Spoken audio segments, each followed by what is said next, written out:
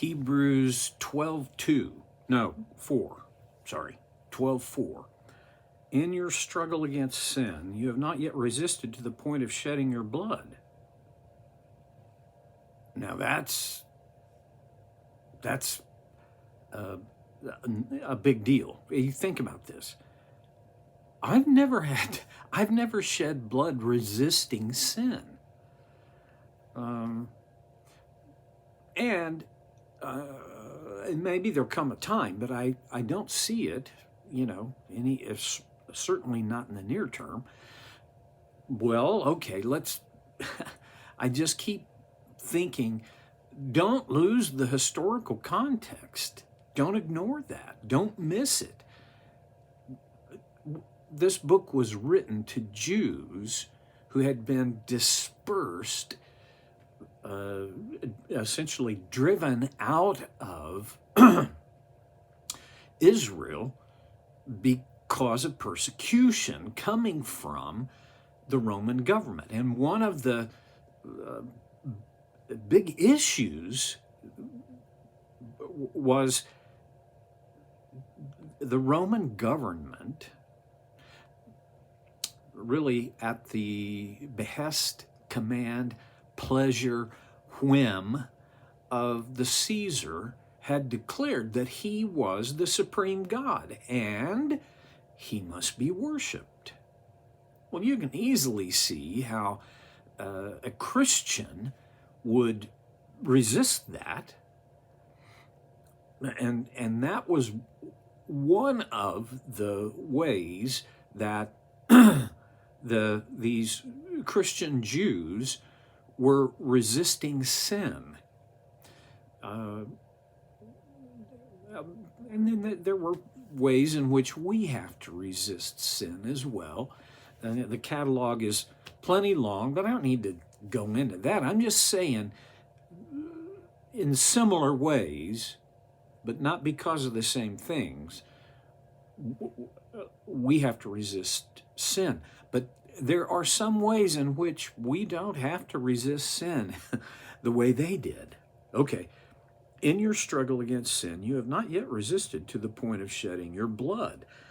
And have you completely forgotten this word of encouragement that addresses you as a father addresses his son? It says, "My son, do not make light of the Lord's discipline, and do not lose heart when he rebukes you." Sorry. Because the Lord disciplines the ones he loves, and he chastens everyone he accepts as his son. It's out of the book of Proverbs. And if you haven't read the book of Proverbs lately, you ought to go back. You can read the book of Proverbs one chapter at a time daily in the span of a 31-day month. And it serves a great purpose because it's injecting wisdom into your heart and mind. Okay, so it's a pretty strong accusation. Have you completely forgotten this word of encouragement that addresses you as a father addresses his son? Well, sometimes, yes, I have completely forgotten it. And I get I get basically consumed with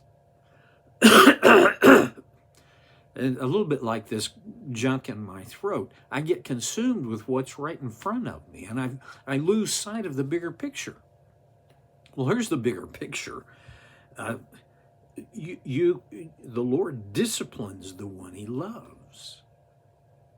How does the Lord discipline us? Well, let's start with his motive. His motive is love. And then let's look at what's the point of discipline. The point of discipline is to teach. And in this context, the point of this discipline is to teach us how to live well.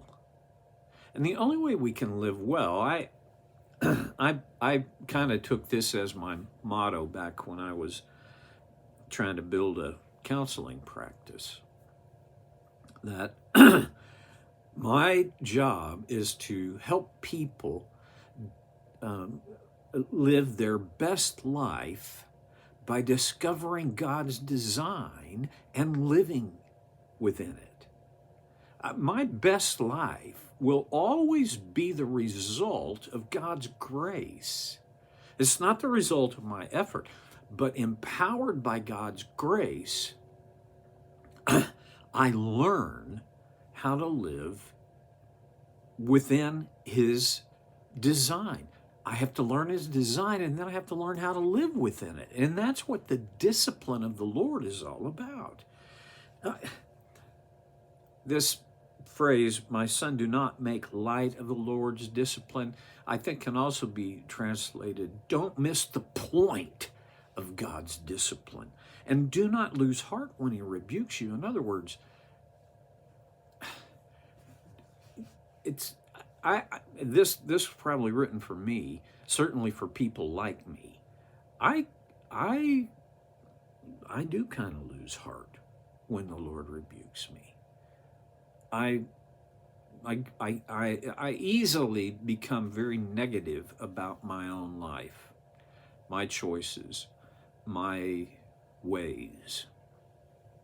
I realized the other day that when I think about my history, when I think about my past, I almost exclusively think about my failures.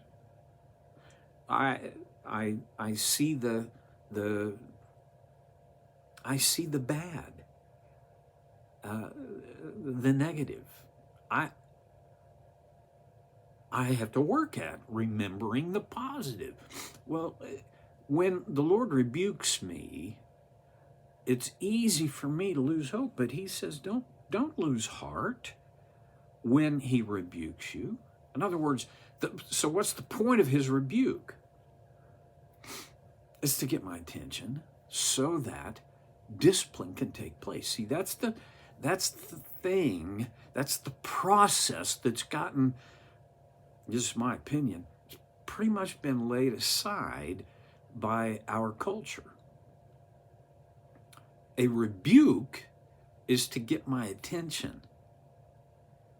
Well, why? To make me feel bad? No. The point of getting my attention is that then learning can take place. If you don't have my attention, I'm not going to learn anything from you. And God gets our attention through His rebukes. Often for me, there are maybe three main ways I get rebuked. One is through Scripture.